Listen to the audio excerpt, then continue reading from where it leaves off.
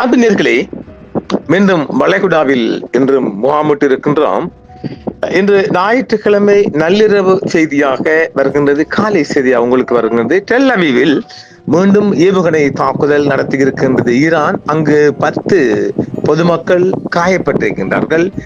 வரைபடத்திலிருந்து ஈரானை அழிக்கும் திட்டம் இஸ்ரேலிடம் இருப்பதாம் என்றும் ஒரு செய்தி வெளியாகிருக்கின்றது. அடுத்தது டிமோனா அராட் பகுதியில் ஈரான் நடத்திய தாக்குதல் குறித்து இஸ்ரேலிய பாதுகாப்பு படை செய்தி கொண்டு வெளியிட்டு இருக்கின்றது. அதே போன்று அந்த பாதிக்கப்பட்ட நகரங்களை இஸ்ராயல் பிரைம் மினிஸ்டர் எல்லோரும் செத்து விட்டார் என்று சொல்லப்படுகின்ற இஸ்ராயல் பிரைம் மினிஸ்டர் அங்கு பார்வையிட்டார் என்று செய்தி வந்திருக்குது. அதற்கான வீடியோ ஆதாரங்கள் நம்முடன் கிடைக்கவில்லை, அதையும் பார்த்துக் கொள்ளுங்கள்.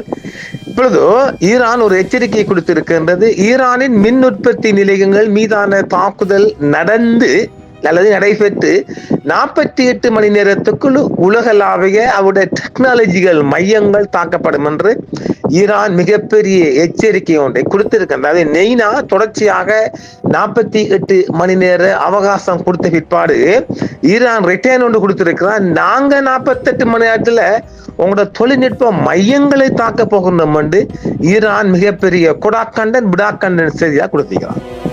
அதுபோக இந்த ஹார்முஸ் ஜலசந்தியை திறக்கும் போரின் ஒரு பகுதியாக ஈரானிய ஏவுகணை தளங்கள் மீது ட்ரம்ப் நடத்திய பூமியை அதிரச் செய்யும் 5000 ராத்தல் பவுண்ட் எடையுள்ள பதுங்கு குழியை B2 பிளைட் மூலம் தகர்த்திருக்கிறார். இதுதான் இந்த செய்தி. அடுத்த செய்தியாக நள்ளிரவில் செஞ்சாங்க. மார்ச் 21, 22 சனியும் ஞாயிறும் நடைபெற்ற ஈரானுக்குள் நடைபெற்ற தாக்குதல் தான் அவரு பெஞ்சமின் குடிசை தான் பார்வையிட்டிருக்கிறார். அந்த செய்திகளும் உலக பரப்பில் வந்திருக்கின்றது.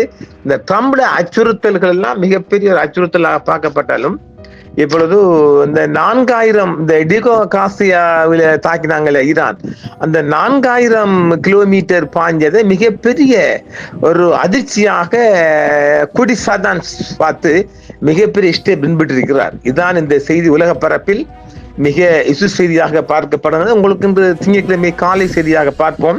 இப்பொழுது நடான் சிட்டியில அமெரிக்கா நடத்திருக்கிறாங்க. ஈரானுக்குள்ள நடத்திய அணுகுண்டு பிளான்ட் மீது தாக்குதலும் எங்கட டிமோனா தாக்குதலும் ஒரு அணுகுண்டு போராக மாறுமா என்று ஒரு அச்சம் உலக அளவில் நிலவி வருகின்றது. அதையும் நாங்கள் பார்க்கலாம்.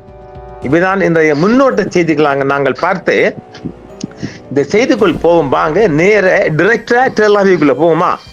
இப்போ இஸ்ரேல் தெஹ்ரான் மற்றும் முக்கிய எரிசக்தி உட்கட்டமைப்புகள் உட்பட ஈரானின் உட்பகுதியில் தனது தாக்குதல்களை விரிவுபடுத்தி உள்ளது. இதற்கு பதிலடியாக Iran, Qatar, Saudi Arabia, Kuwait மற்றும் ஐக்கிய அரபு அமீரகம் உள்ளிட்ட வளைகுடா பகுதி முழுவதும் உள்ள எண்ணெய் மற்றும் எரிவாயு வசதிகள் மீது ஏவுகணை மற்றும் ஆளில்லா விமான தாக்குதல்களை நடத்தி இருக்கிறது. இந்த தாக்குதலில் டெல் அவீவ் பெரும் பகுதி ஈரானிய ஏவுகணை தாக்குதலுக்கு உள்ளானது என்றும் 10க்கும் மேற்பட்டோர் காயமடைந்ததாகவும் அந்த செய்தி சொல்லுகின்றது. அமெரிக்கா ஈரானின் நடான்ஸ் அணுசக்தி தளம் மீது தாக்குதல் நடத்தியது. அதே நேரத்தில் தெஹ்ரான் இந்திய பெருங்கடலில் உள்ள அமெரிக்காவின் பிரிட்டிஷ் தளத்தை டிகோகாசியா மீது பாலிஸ்டிக் ஏவுகணை ஏவியிருக்கின்றது. இருப்பினும் அவற்றில் எதுவும் இலக்குகளை தாக்கவில்லை என்று ஏற்கனவே எந்த ஒரு தரைவழி படையெடுப்பிற்கும் எதிராக அமெரிக்காவை ஈரான் எச்சரித்திருக்கிறது என்றும் அந்த செய்தியில் தள்ளுகிறது. வரைபடத்திலிருந்து ஈரானை அழிக்கும் மாயை சரித்திரம் படைக்கும் ஒரு தேசத்தின் விருப்பத்திற்கு எதிரான விரக்தியை காட்டுவதாக ஈரான் தகவல்கள் தெரிவிக்கிறது. டெல் அவீவ் மீதான ஈரான் ஏவுகணை ஒன்று கொத்து தாக்குதல்களை கிளஸ்டர் கொண்டு நடத்தியதில் ஞாயிற்றுக்கிழமை இன்று 15 பேர் காயமடைந்ததாகவும் டைம் ஆஃப் இஸ்ரேல் மருத்துவ உதவியாளர்களை மேற்கோள் காட்டி அந்த செய்தி வெளியாகிருக்கிறது. டிமோனா அராட் பகுதியில் ஈரான் நடத்திய தாக்குதல்கள் குறித்து இஸ்ரேலிய பாதுகாப்பு படை செய்தி தொடர்பாளர் லெப்டினன்ட் கர்னல் நடாவ் சசோனி ஒரு செய்தி வெளியிட்டிருக்கின்றார்.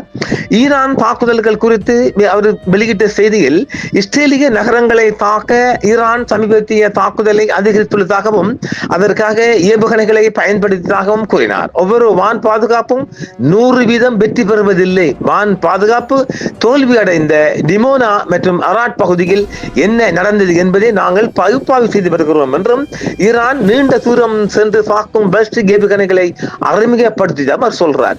13 நாட்களில் பல ட்ரோன்கள் கண்டறியப்பட்டதாக இஸ்ரேல் தகவல் தெரிவிக்கின்றது. இதுல நாம ஏற்கனவே சொல்லிக்கிறோம் இல்ல, அவங்களோட ஏர் டிஃபென்ஸுக்கு ஒழித்து போய் தாக்கக்கூடிய பொருட்கள் அங்க வச்சுக்கிறாங்க. ஈரானுக்கிட்ட இருக்கிற இப்ப தாக்குதல் கலங்கள் உங்களோட வான் பாதுகாப்பு எதுக்குமே விலங்காகத்தான் சொல்றாங்க. 100% வெற்றி அளிக்காதானே. நீங்க உங்களோட அயன்டோம் எல்லாம் ஆரோடோம் எல்லாம் மிகப்பெரிய தோல்வி அடைஞ்சிருக்கீங்க. அதை பார்த்துக்கொள்ளுங்க. சரி, வடக்கு எல்லையை ஒட்டிய 13 நகரங்களில் பல ட்ரோன்கள் ஊடுருவியதும் எச்சரிக்கை சைரன்கள் ஒலித்ததும் கண்டறியப்படாத இஸ்ரேலின் உள்நாட்டு முனை தெரிவித்துள்ளதாகவும் ஒரு இஸ்ரேலிய செய்தி கொண்டு தெரிவித்திருக்கிறது. மத்திய கிழக்கில் ஒரு அபாயகரமான கட்டத்தை எட்டியுள்ளது இந்த போர். ஈரானில் உள்ள நடன் செறிபூட்டல் வளாகம் மற்றும் அணுசக்தி நிலையம் அமைந்துள்ள இஸ்ரேலிய நகரமான டிமோனா மீது தாக்குதல்கள் நடத்தப்பட்டதாக தகவல் வெளியானதை தொடர்ந்து இந்த எச்சரிக்கை வெளியாகிருக்கிறது. தென்கிழக்கு ஈரானிலும் இஸ்ரேலின் டிமோனா நகரிலும் நேற்று பதிவான சம்பவங்கள் குறித்து விசாரித்து வருகிறது.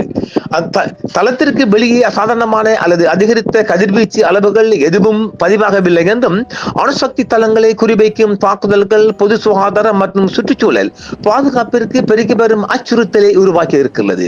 போர் மூண்டதிலிருந்து அணுசக்தி சம்பவம் ஏற்பட்டால் பொது சுகாதார அச்சுறுத்தல்களுக்கு திறம்பட பதிலளிக்க உதவும் வகையில்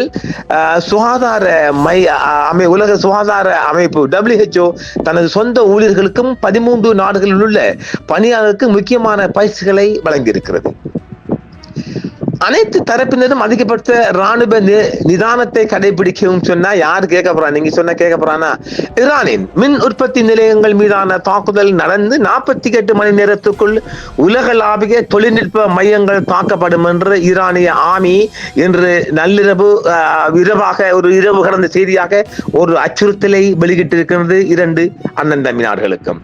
ஈரானின் மின் உற்பத்தி நிலையங்களை தாக்குவது குறித்த அமெரிக்க அதிபர் டொனால்டு டிரம்பின் அச்சுறுத்தல்களுக்கு பதிலளிக்கும் விதமாக பிராந்தியருக்கு அப்பால் முக்கிய தொழில்நுட்ப மையங்கள் 48 மணி நேரத்துக்குள் குறிவைக்கப்படும் என்றும் ஈரானிய ராணுவம் தெரிவித்திருக்கிறது.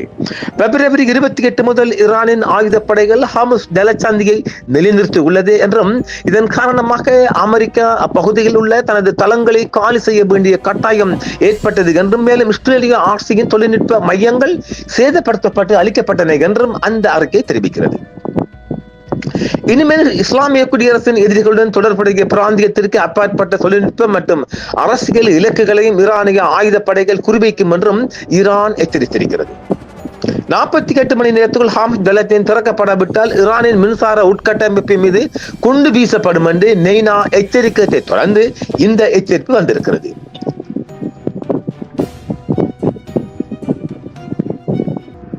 இந்த இரு எதிரிகளும் நாட்டின் மீது நடத்திய வான்வழி தாக்குதல்களில் நூற்றுக்கணக்கான ஈரானிய பொதுமக்களையும் கொண்டுள்ளனர். தியாகிகளில் தெற்கில் உள்ள மினாப் நகரைச் சேர்ந்த 160க்கும் மேற்பட்ட பள்ளி குழந்தைகளும் குறிப்பிட வேண்டும் ஈரான் மீண்டும் பதிவு செய்கிறது. அமெரிக்கா மற்றும் இஸ்ரேலிய ஆட்சியின் ஆக்கிரமிப்புக்கு ஈரானின் பதில் தீர்க்கமானதும் துல்லியமாக இருக்கும் என்றும் ஈரான் சொல்லுகிறது. ஏவுகணைகள் மற்றும் ஆளில்லா விமானங்களின் தாக்குதல்கள் இப்பகுதியில் உள்ள அமெரிக்காவின் வான் பாதுகாப்புகளை முடக்கியுள்ளது என்றும் இது ஆக்கிரமிக்கப்பட்ட பிரதேசங்கள் மீது தாக்குதல் நடத்தும் ஈரானிய ஏவுகணைகளை இடைமறிக்கும் இஸ்ரேலின் திறனை மேலும் சிக்கலாக்கியுள்ளது என்றும் ஈரான் தெரிவித்திருக்கின்றது. ஹார்முஸ் ஜலசந்தியை திறக்கும் போரின் ஒரு பகுதியாக ஈரானிய ஏவுகணை தளங்கள் மீது ட்ரம்ப் பூமியை அதிரச் செய்யும் வகையில் 5000 ராக்கள் கிடையுள்ள பதுங்கு குழிகளை தாக்கும் B2 பிளாஸ்டர் குண்டுகள் மூலம் தாக்குதல் நடத்தியிருக்கிறது. அமெரிக்கா நம்மை தாக்கினால் மத்திய கிழக்கு எண்ணெய் எரிசக்தி வசதிகளை உடனடியாக தாக்குவோம் என ஈரான் எச்சரித்திருக்கிறது. ஈரான் இஸ்ரேல் போர் நேரலை செய்திகளாக ஈரானுக்கு எதிராக அமெரிக்கா இஸ்ரேல் போர் 4வது வாரத்தில் நுழைந்திருக்கிறது. பிப்ரவரி 28 அன்று தொடங்கிய இப்போர் மத்திய கிழக்கு முழுவதும் தீவிரமடைந்து வருகிறது. இஸ்ரேல் தெஹ்ரான் மற்றும் முக்கிய எரிசக்தி உட்கட்டமைப்புகள் உட்பட ஈரானின் உட்பகுதிகளில் தனது தாக்குதல்களை விரிவுபடுத்தி உள்ளது 2 தரப்பாரும். இதற்கு பதிலடியாக Iran, Qatar, Saudi Arabia, Kuwait மற்றும் ஐக்கிய அரபு அமீரகம் உள்ளிட்ட வளைகுடா பகுதி முழுவதும் உள்ள எண்ணெய் மற்றும் எரிவாயு வசதிகள் மீது ஈரானை மற்றும் ஆளில்லா விமான தாக்குதல்களை ஈரான் நடத்தி வருகிறது. மார்ச் 21 அன்று நேற்று முன்தினம் அமெரிக்கா ஈரான் நடான்ஸ் அணுசக்தி தளத்தை தாக்கி இருக்கிறது. அதே நேரத்தில் தெஹ்ரான் இந்திய இந்திய பெருங்கடலில் உள்ள அமெரிக்க பிரிட்டிஷ் தளத்தை நோக்கி 2 பாலிஸ்டிக் ஏவுகணைகளை ஏவியது மிகப்பெரிய சர்ச்சையை உருவாக்கி இருக்கிறது. ஈரான் இஸ்ரேல் போர் நேரலை செய்திகளாக ஏவுகணை தாக்குதலுக்கு உள்ளான அராட் நகரை இஸ்ரேலிய பிரதமர் பெஞ்சமின் நெதன்யாகு இன்று ஞாயிற்றுக்கிழமை பார்வையிட்டுள்ளதாக ஒரு செய்தி வெளிவந்தோடம் இருக்கிறது. மார்ச் 21, 22 நள்ளிரவில் ஈரானிய ஏவுகணையால் தாக்கப்பட்ட அராட் நகரை இஸ்ரேலிய பிரதமர் பெஞ்சமின் நெதன்யாகு ஞாயிற்றுக்கிழமை பார்வையிட்டு இருக்கின்றார்.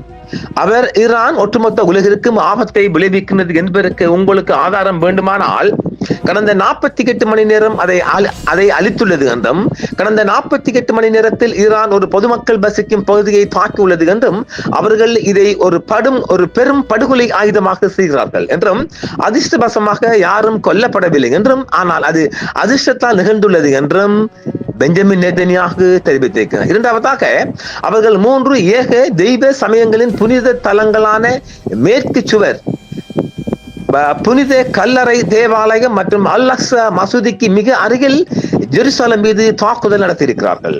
மீண்டும் ஒரு அற்புதத்தின் காரணமாக அவர்களில் யாருக்கும் காயம் ஏற்படவில்லை என்றும், ஆனால் அவர்கள் 3 முக்கிய ஏக தெய்வ சமயங்களின் புனித தலங்களை குறிவைத்து தாக்கியதாகவும் பெஞ்சமின் நெதன்யாகு முறையிட்டிருக்கிறார்.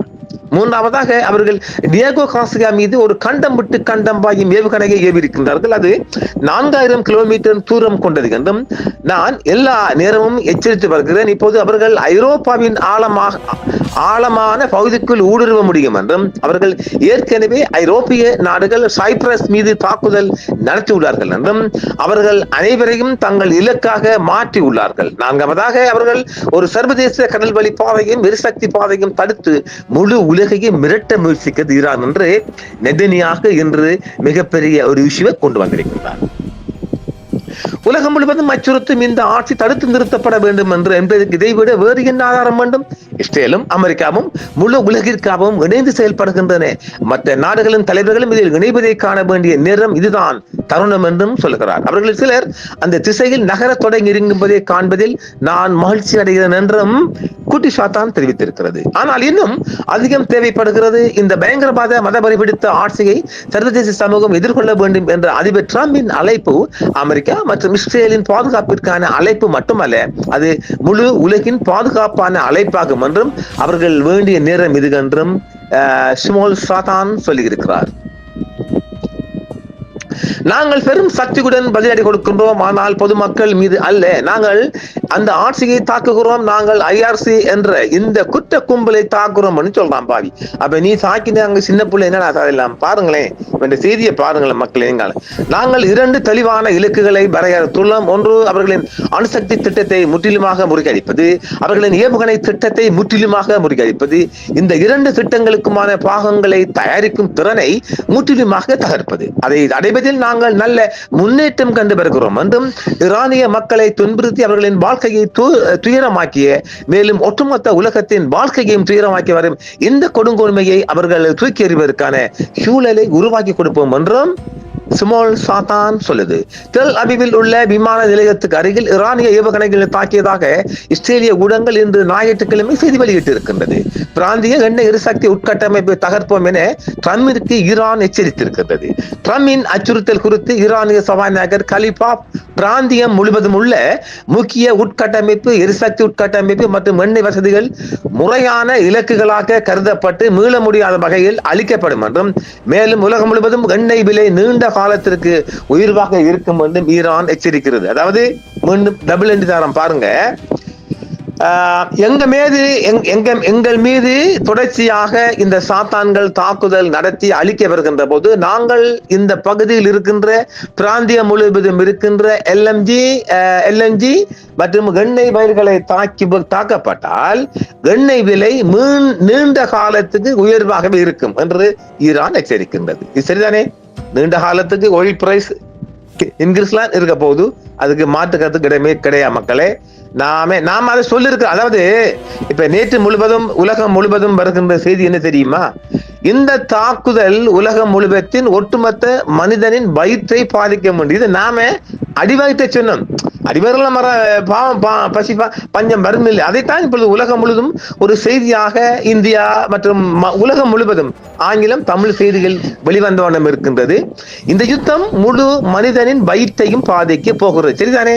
சாமானுக்கு விலை இருந்தானே, எரிபொருளுக்கு விலை இருந்தா ஒட்டுமொத்தம் வாழ்க்கை அடிப்படுது. பாருங்களேன், அட பாவில நீங்க என்னடா விஞ்ஞானம் இவ்வளவு காலம் தண்ணில ஓடக்கூடிய ஒரு கண்டை பிடிக்காம நீங்க அந்த அரபி காட்டரபிகள்ல எண்ணெயை நம்பிக்கிட்டே காலம் கடத்துறீங்க. அப்ப ஆக நீங்க எல்லாம் மனிதர்களை அழிக்கக்கூடிய ஆயுதங்களை கண்டுபிடித்தீங்களே ஒழிய நீங்க இது எண்ணெயில வெறும் தண்ணியில கடல் தண்ணியில ஆறு குளம் தண்ணியை நிறைச்சி ஒரு வாகனம் ஓட்டக்கூடிய அளவுக்கு உங்களோட விஞ்ஞானம் முடியலாம் போய்த்தா இல்ல உங்களுக்கு இயலாம போய்த்தா எனக்கு தெரியல. அதுக்குரிய பதில் என்னிடம் கிடையாதா? சரி, ஈரானிய ஏவுகணையிலிருந்து ஐரோப்பா ஆப்பிரிக்கா ஆசியா பாதுகாப்பா இல்லை என இஸ்ரேலிய IDF தெரிவிக்கிறது. ஈரான் பயங்கரவாத ஆட்சி பகுதியில் உள்ள 12 நாடுகள் மீது தாக்குதல்களை நடத்தியுள்ளதுடன் மிக விரிவான அச்சுறுத்தலை ஏற்படுத்தும் ஒரு திறனை உருவாக்கி இருக்கின்றது. எப்பொழுதோ இந்த 4000 கிலோமீட்டர் செல்லக்கூடிய கண்டம் விட்டு கண்டம் வாங்கும் ஏவுகணையை தயாரித்து உலகம் முழுக்கத்தின் தாடிக்காரன் அச்சுறுத்தல் பண்றான். இவனை அழிக்கணும் வாங்க என்று ஸ்மால் சாத்தான் ஊர்ல உள்ள முழு பேரை கூப்பிடுறாரு. பார்க்கலாம். உலகம் முழுவதும் இந்த ஒயில் விலைதான் மிகப்பெரிய தாக்கம் செலுத்த போகின்றது. அதைத்தான் ஈரானும் தொடர்ச்சியாக சொல்லுகின்றது. அதை சிமோல் சாத்தானும் பெரிய சாத்தானும் கேட்கிற மாதிரி தெரியல. தாக்குதல் தொடருமானால் இலங்கையில் நாம் ஏற்கனவே பதிந்து வைத்திருக்கின்றோம். இலங்கை அரசாங்கம் சொல்லுகின்றது 500 ரூபாய் போல 500 ரூபாய் பெறுமாதியான எண்ணெயை நட்டத்திலாம் பாருங்களா. இலங்கை அரசாங்கமும் ஒரு பகல் கொள்ளைக்காரனாக மாறி இருக்கிறாங்க. எப்படி? இப்ப இவங்கிட்ட ஒரு மாதைக்கு தேவையான எரிபொருட்கள் ஸ்டாக் இருக்குது. இதை நான் சொன்னேன். அவங்களோட சிபிசி அவங்களோட என்னது பெட்ரோலியம் கார்பரேஷன் சேர்மன் சொல்லி இருக்கிறார். ஏற்கனவே நம் இலங்கை அரசாங்கத்திடம் ஒரு மாதத்திற்கு தேவையான எரிபொருள் கையில் இருக்கின்றது. அப்ப நீ எப்படி விலையேற்றுவாய்? அப்ப அது பகல் கொள்ளை இல்லையா? பாதிக்கப்பட்ட மக்களை வகுத்துல நீங்க அடிச்சுட்டே நீ விலைக்கு கொண்டு வந்துட்டு வில்லு சந்தர்ப்பம் பார்த்து ஒரு 100 ரூபாய்க்கு சாத்திட்டீங்க. அன்பத்தி சொச்சமா எப்படி 2 ரூபாய் யாரு பாக்குற? 400 ரூபாய்க்கு பெட்ரோல் இருக்குல்ல. இப்ப ஒரு 400 500 ரூபாய் மாதம் அடுத்த விலையேற்றம் 500 ரூபாய். அப்ப இது உலகம் முழுவதும் பைட்ட தாக்குமா இல்லையா? நம்முடைய பசி பஞ்சம் எல்லாம் இதுக்குள்ளான் அடங்க போகுது. மக்களே எல்லோரும் அவரவர் இறைவனை வேண்டிக் கொள்ளுங்கள். கூடிய சீக்கிரம் இந்த சண்டை ஒரு அமைதிக்கு பீஸ்ஃபுல்லாக வேண்டும் என்பதும் எமது அவா. இந்த குட்டி சாத்தானும் சின்ன சாத்தானும் பெரிய சாத்தானும் ஓரளவு அமைதி கொண்டாவே உலகம் அமைதி கொள்ளும். கரெக்ட்? நம்ம சொல்ல சரிதானே? இந்த சின்ன சாத்தானும் பெரிய சாத்தானும் அமைதி கொண்டால் உலகம் அமைதி கொள்ளும் என்பது எமது ஒட்டுமொத்த உலக மக்களின் கருத்து. எனவே மீண்டும் மற்றொரு செய்தியில் சந்திப்போம் நேயர்களே. என்றும் உங்களுடன் சன்ரைஸ் இந்தியா டிவி சப்ஸ்கிரைப் பண்ணுங்கள், பெல் பட்டனையும் கிளிக் செய்யுங்கள். உங்கள் ஆதரவே எங்கள் சேவை. ஆதரவு தாருங்கள், அரவணைப்போம். மறக்காம சர்ப்ரைஸ் பண்ணுங்க. தேங்க்யூ.